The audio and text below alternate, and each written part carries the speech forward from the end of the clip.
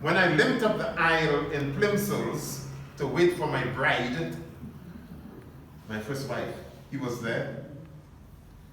When I stomped the streets of Handsworth with black youths, he was there.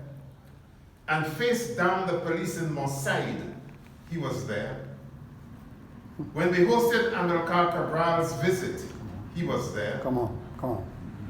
When I started EFL Books in Manchester, he was there. And yes, education for liberation, not English as a foreign language.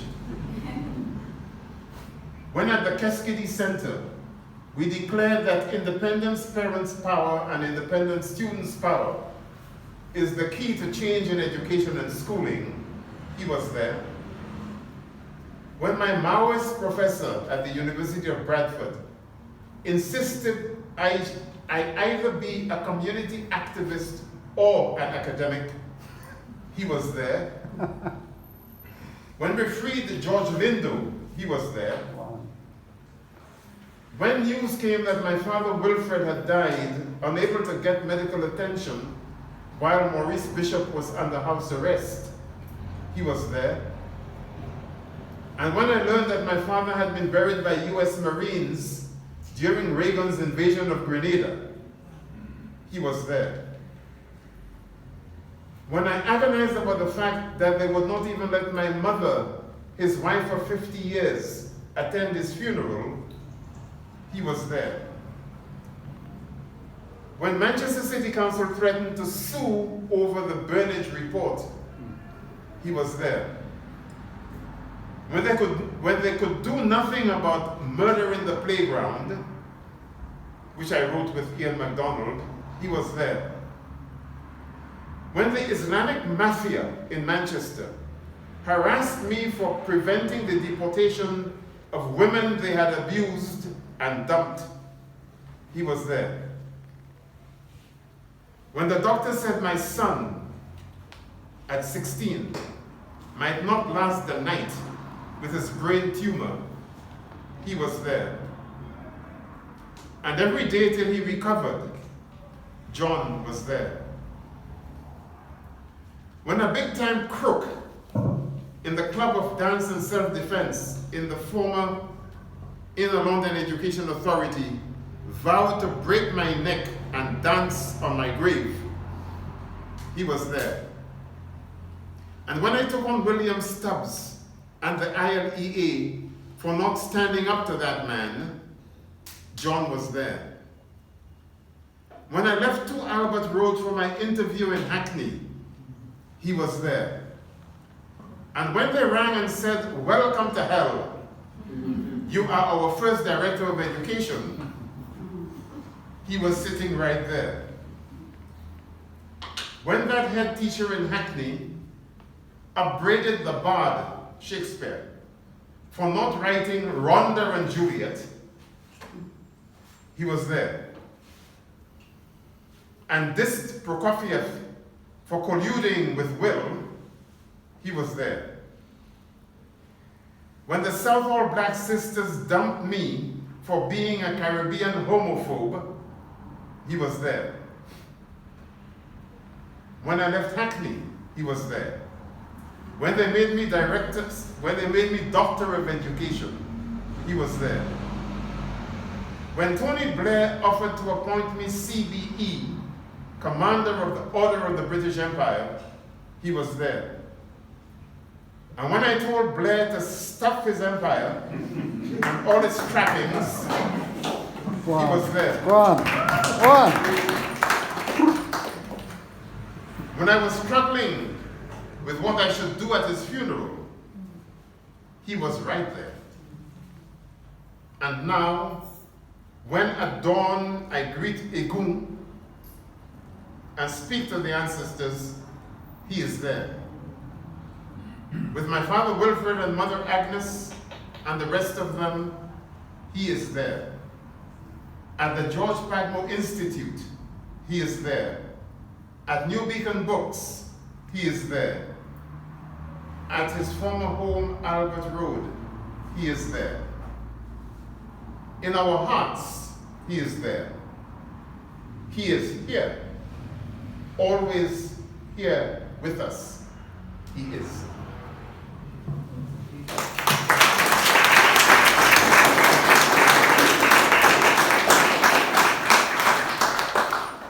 So that pretty much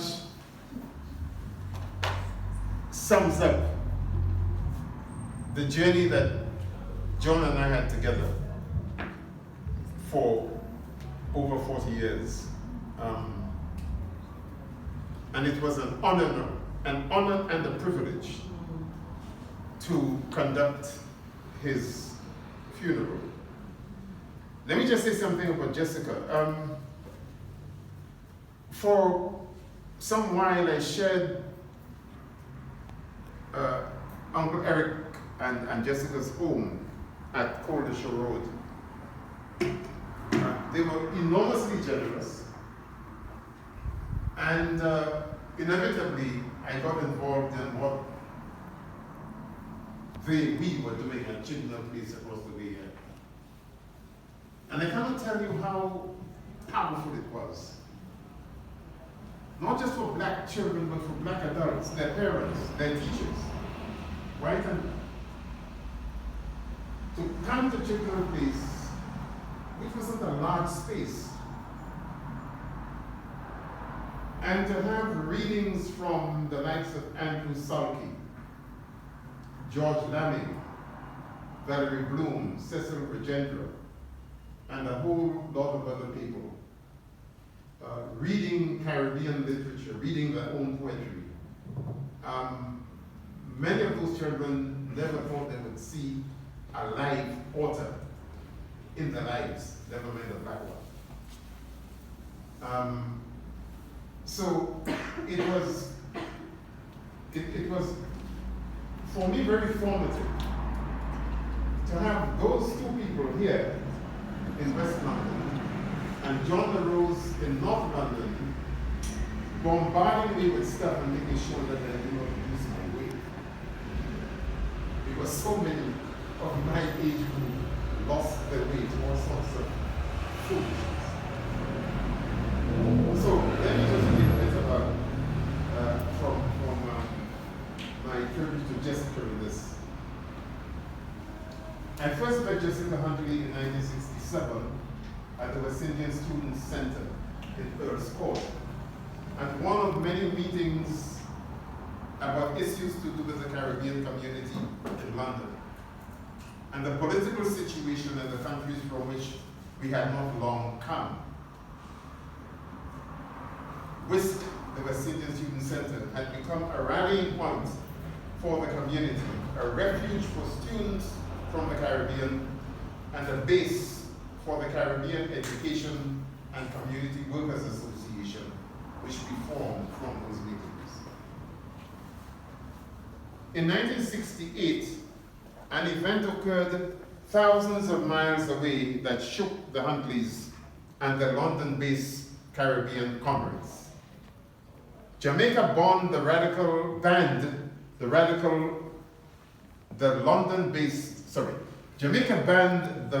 Guyanese historian Walter Rodney from coming back into the country to resume teaching at the University of the West Indies. He had left to attend a conference in Canada. Student-led protests in Kingston escalated into a demonstration known as the Rodney Riots, in which several lost their lives and property was destroyed. That year, the Huntleys set up Bogle Louverture Publications, Bogle for short, named in honor of two leaders of Caribbean resistance, Toussaint Louverture of Haiti and Paul Bogle of Jamaica. Jessica Huntley said, quotes, as its name implies, Bogle Louverture commemorates two outstanding revolutionary heroes of the Caribbean and dedicates itself to upholding the high ideals for which they and countless unknown warriors have lived and died, end of quote. It was the second of only two black publishing houses in the UK, the other, of course, being La Rose's New Beacon Books. Walter Rodney provided the new publishers with an account of the background of his band, including his work among the workers and peasants of Jamaica and his assessment of the politics of repression. In 1969, his seminal work, The Groundings with My Brothers, duly became Bogle Louverture's first published title. Bogle also published Rodney's How Europe Underdeveloped Africa in 1972, a classic of anti-imperialist literature that has had several reprints. Deeply rooted in the concerns of the African diaspora, Bogle began as a small self-financing venture that brought a radical perspective to non-fiction, fiction, poetry, and children's books. Its list of writers soon included Andrew Salkey, Linton Kwesi Johnson, Lem Cisse, and Valerie Bloom. The Huntleys relocated to West Ealing in 1972, their front room functioning as both office and bookshop. When they started out, La Rose provided them with a stock of books so they could begin to feed a hungry readership from the Black community, the supplementary schools, and progressive white teachers who were eager to do something about the Eurocentric curriculum they were dishing out to children daily. Ealing Council objected to the Huntleys using their home in this way. A vacant building in a nearby cul-de-sac was set up as a bookshop instead, and despite racist attacks by the National Front, remained open for 18 years. The bookshop became an informal drop-in advice center and hosted poetry readings, book launches, and school workshops. Thank you.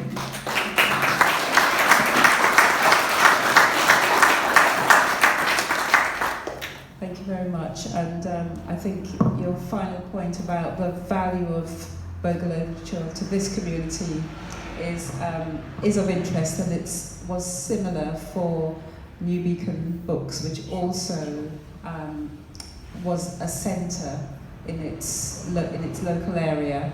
And certainly as far as Bogle literature is concerned, it was the focus for people young people who were in trouble.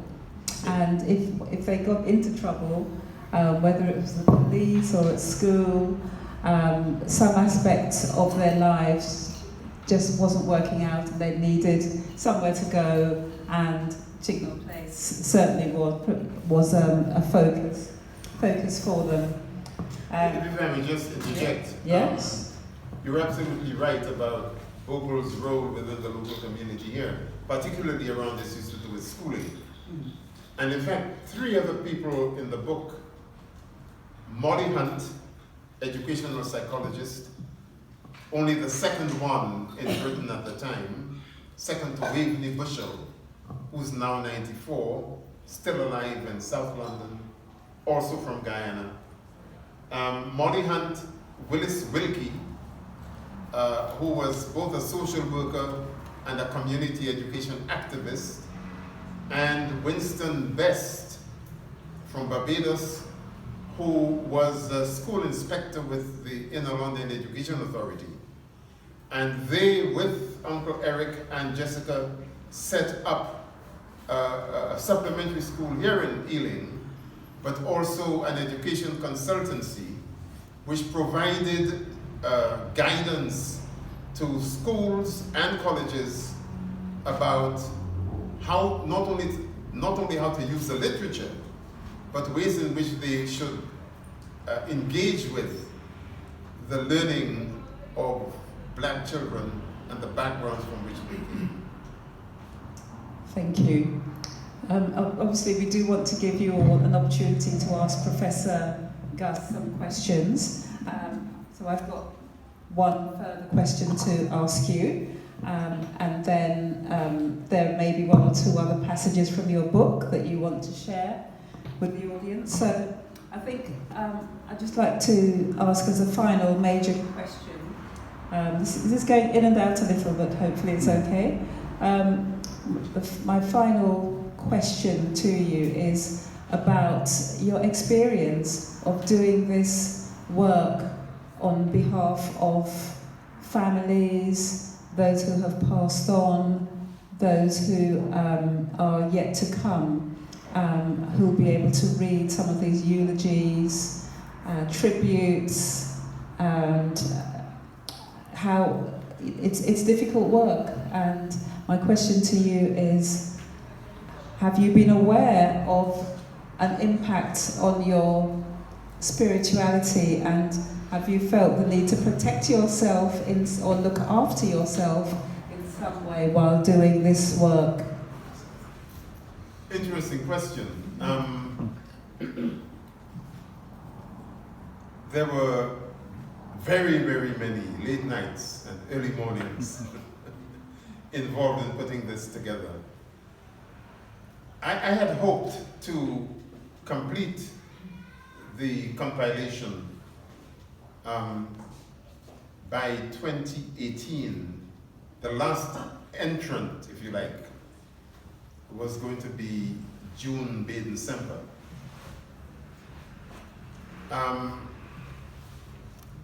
And then, as happens, other people died. And because I knew them and had worked with them, the relatives were very keen that I should conduct funerals, and I thought it would be good to add them as well. So although I meant to complete it in 2018, 2 more colleagues died in 2019, who are included in here. Then there was COVID. And in 2022, Victoria Joseph, my dear friend, who arrived in England at the same month as myself, she passed on, as did my friend Ian MacDonald, QC. Ian MacDonald happens to be the only white person in this book. I determined to make him an honorary black liberal. Couldn't be better deserved. I mean, like John, he and I grew up together politically. We started the first law center in Notting Hill in 1968 with John O'Malley, Peter Candler, and others. And then there was, of course, everything that went on with Mangrove and supporting me with stuff in Manchester and so on and so forth. And his contribution to struggling with criminal justice and getting lawyers to understand that the criminalization of black people in the way that they were doing, particularly young black people, was a political act. And they needed to deal with it politically while being lawyers. So in a sense, he was a legal activist. And I mean, I love the man to bits. I may invite you to read something about him in yes, I can.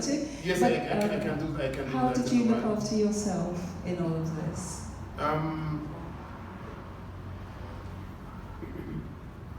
By walking everywhere, including getting out of my house in the middle of the night and just going wandering to clear my head.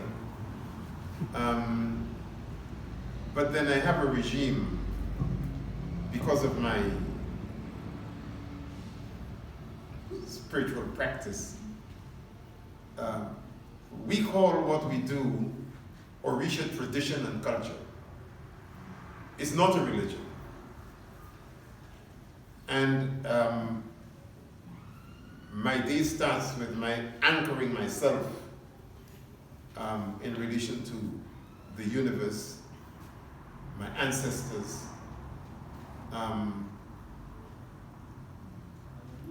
decluttering all kinds of crap from my head, and positioning myself to face the world and its challenges. Working on that book was no different. I basically got into the zone and just got on with it, basically. Very good to hear. You make that sound so simple. And would you like to read something about either Ian or someone else before we go to questions? Yes.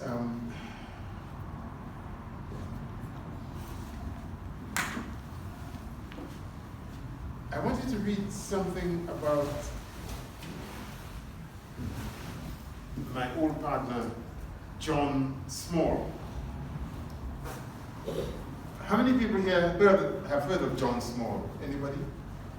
Mia? Yes, Bert. Okay. Well, I won't say anymore, I just read it, right? So, John's son wrote a eulogy which he delivered at John's funeral in 2022. I was then asked by the family to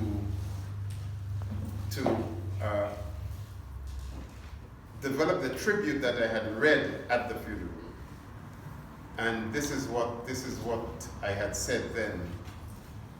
For several decades, beginning in the early 1970s, the name John Small was synonymous with the struggle to reform social work in Britain and the examination of the appropriateness of its services to Britain's growing multi-ethnic population. I worked as a research social worker with Manchester City's Social Services Department at the beginning of the 1970s, working principally with Caribbean families in Moss Side and Russia. I became very aware of the lack of awareness among the predominantly white social work teams in that city of the black population and the origins and nature of their life events that gave rise to social work intervention. I soon became familiar with the name John Small, who was offering critiques of social work education and the training and professional development of social workers. A training which he felt made them more prone to profiling and stereotyping black individuals and families than offering services which were appropriate to their needs. John, his colleague David Devine, and others working both as practitioners and academics shone a light upon the injustices that were being visited upon black people by social workers across the country.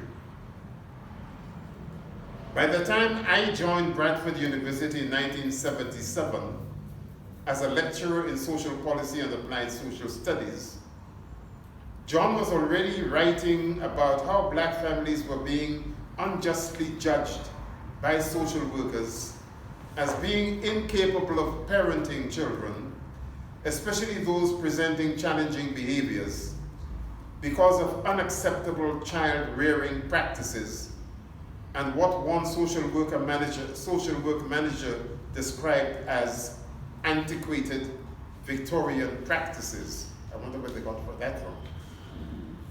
This was not just a lack of cultural sensitivity. It was more a case of, you're in the UK now, so leave your primitive and backward habits behind, especially your harsh ways of scolding and punishing children. This led to a disproportionate number of African heritage children being taken away from their families and placed in care. The system, completely without irony, was punishing families far more harshly to the detriment of the very children they were supposedly protecting from those families. It was no surprise, therefore, that as one of relatively few trained black social workers in the system at the time, and someone who had had an experience of parenting in the Caribbean, John was able to relate black families' experience of social work to the wider experience of structural, institutional, and personalized forms of racism in the society.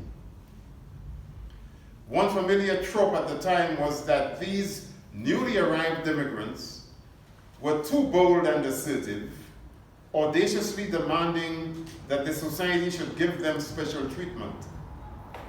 John and other black social work practitioners and academics, myself included, had a perennial battle on our hands to get the system to understand two things. First, that you do not treat people equally by treating them all the same, because that simply leads to injustice and could have deadly consequences. Second, that in health provision and in social services provision particularly, you are doing individuals and families a massive disservice if you don't treat them according to their needs. This approach became a constant in John's practice and academic work. He presented it as a window through which the entire social work system should examine its theoretical underpinnings as well as its practice. This led him to examine what was happening in the area of adoption and to stress the importance of recruiting black families to adopt black children. This proved as controversial as John knew it would. At the highest level in the society, there was vehement opposition to the argument that black children needed to be placed with black families to develop positive self-identity and self-esteem and the skills necessary to face day-to-day experiences of racism in a society such as Britain. The counter-arguments, put very forcibly by government ministers at the time, were that what children needed was a loving and stable home, which white families were perfectly capable of providing. Furthermore, black families were not coming forward to adopt, despite the recruiting campaigns run by various local councils. It was therefore unacceptable that black children should spend years in foster care when there were white families willing to adopt them. But there was another subtext to all that. There were those in social services departments who argued that given the number of black children who were being taken into care, children being put up for adoption were far better off with white families than black ones. This was really the background to two academic papers John published. One, The Phenomenon of Identity, in the French Journal of Psychoanalysis, and The Crisis of Adoption in the International Journal of Psychiatry. In those essays, John presented academic validation for his position regarding black children's identity formation and the challenges posed to that by having white adoptive parents, and commensurately, the likelihood of no further contact with their black families and their history. I will end with this other couple paragraphs. In 1989, I was appointed Director of Education in Hackney, thus becoming the first African Heritage Director of Education in the UK. John was then the Deputy Director of Social Services in that borough. That made us the two most senior black officers in Hackney Council, despite the fact that 50% of the council's staff were black and global majority. It was clear to me on joining the council that black social services staff, no less than the black population in the borough, were experiencing John Small as making a huge difference in their relationship with the Social Services Directorate. John adopted a very pastoral approach to the social services staff, whatever their ethnicity. But he was ever mindful that he needed to address supervision, staff development, progression and retention issues relating to black staff. Those issues, and the way managers dealt with them, or not, as the case was, framed the experience of black workers across the council. As the two most senior managers in the council, John and I became the go-to people for black staff, irrespective of where in the council they worked, to come for advice and, more typically, to share complaints and grievances that they did not wish to take down the formal route. Those staff took the view that as black senior managers, we would not only understand the institutional racism they were experiencing, but ought to be in a position to get something done about it. That was burdensome, especially given the demands and challenges within our own directorates. My experience of John was that whatever the situation, he brought compassion and the belief that with mutual respect and a sense of fairness and justice, most problems could be resolved without conflict. He argued for vigilance on the part of managers that we have a duty of care to our staff and to attend to the wellness and therefore to our own.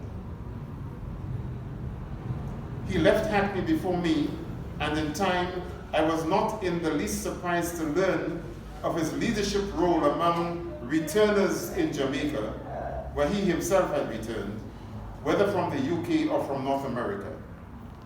That was evidence not just of John's vision and capacity for innovation, but of his fundamental belief in collective action to bring about change and in communities empowering themselves.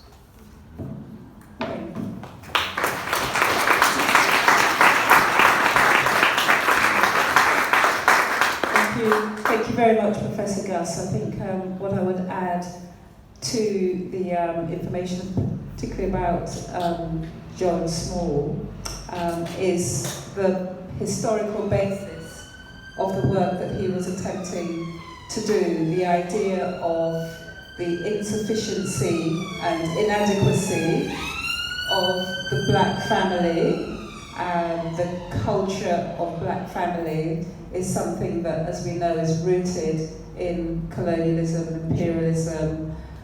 Jessica Huntley in British Guyana, when she co-founded the Women's Progressive Organisation, helped to sweep away the earlier generation of women's organisations in British Guyana, but also in other parts of the Caribbean, that really was led by governors' wives and focused on the British education of black mothers, black families, teaching the basic idea that African parenting, African descended parenting is inadequate. And so part of Jessica's legacy is that she contributed to sweeping away of those ideas. So, yeah, thank you very much, Professor Gus.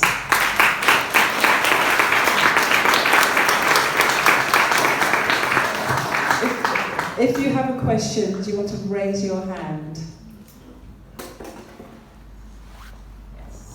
Do you want to take a bunch of questions at once? Sorry? Do you want to take a bunch of questions at once? Yes, go. Oh, okay. Yeah, go. Go ahead. Earlier in the talk, you discussed like the relationship between religion and I guess the black community, particularly in like Africa and the Caribbean.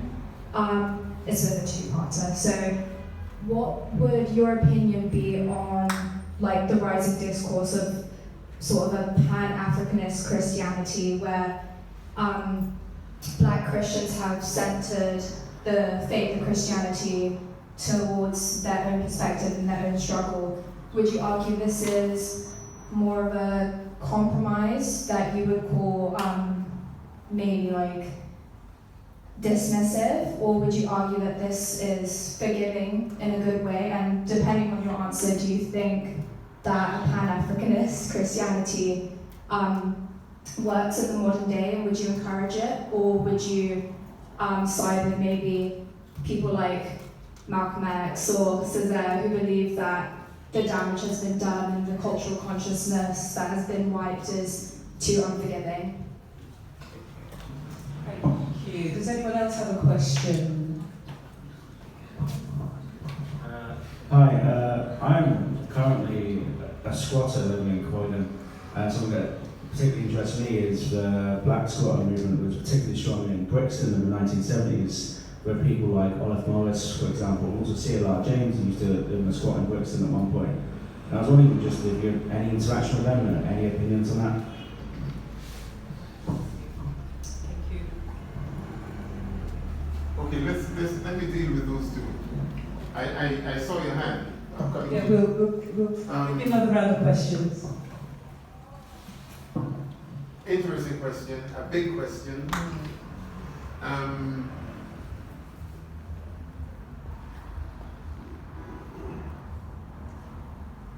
Abundantly hopeful as I am, I do not believe for one moment that I or anybody else, armies, would reverse the colonization of the mind that Christianity has achieved through those processes I mentioned earlier. And what I say, and I mean that genuinely, to people, whether they be Christians, Muslims, Jews, or whatever, is if you're going to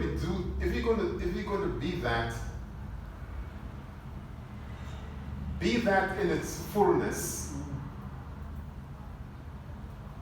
in a manner that not only makes you a better person, but makes you somebody who contributes to making the world a better place. Because what tends to happen is people stop at the individual level, yes? Sometimes I get asked by some zealous Christian evangelists, "Brother, are you saved?" And I answer somewhat cheekily by saying, "I'm not sure I'm your brother. And secondly, whether I'm saved or not is not your goddamn business."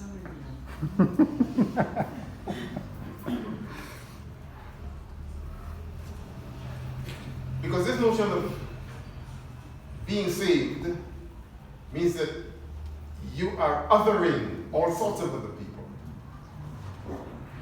And you're concerned about you and your salvation. Meanwhile, you could be heaping all kinds of oppression on people inside of your own household. I mean, I do not need to label a point. All of these blooming pedophile priests and bishops and funny people. Okay? So what is the point I'm making? Yes, there's a plethora of churches across the African continent and the African diaspora. But for the presence of black and global majority people in these mainstream churches in this country, leaving aside the black-led ones, Methodists, Anglican, Roman Catholic, etc., they'd be turning all of those damn places into flats. They would be, the church commissioners would be putting them up for sale to the highest bidder. All right? The question, therefore, is this: if that is the case, and if the major social movement in the country that has the attention and engagement of so many people of the black and global majority community is the organized church, Why are we still in such a mess? Where do they stand on all of the issues that confront us? Whether it be austerity, food banks, police killings, something that I've never heard the church utter a word about. You know, they go and give sympathy to somebody left in custody or whatever, which is a misnomer. Because as I keep saying, if you talk about deaths in custody, you must subscribe to the idea that black people have an unnatural propensity to die of natural causes while in the custody of the police. If you don't subscribe to that, you have to call it by its name. And the name is manslaughter and murder. Whatever other spin people might want to put on it. All right?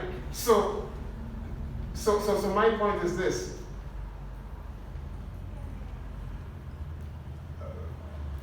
A Pan-Africanist Christianity is not about filling Branson's space, tourism, with all sorts of redeemed Christians and taking them to heaven. It's not about that. We have to attend to the quality of our being. We've got to attend to the quality of our doing. Because it is not enough to be and to believe. If you're at ease with your way of being in the world, and you have belief systems that confirm and underpin that, and you're not concerned, as I was saying earlier, about the extent to which what is happening around you is destroying the lives of others, then what use is that to the world? You're satisfying yourself, and I do talks about decolonizing Christianity, right? They're not very popular, I have to tell you. But there is something to be said about how, in that context, you justify your beliefs in the face of everything that's going on around you at a collective level, at a national level, regional level, international level. And that goes for issues to do with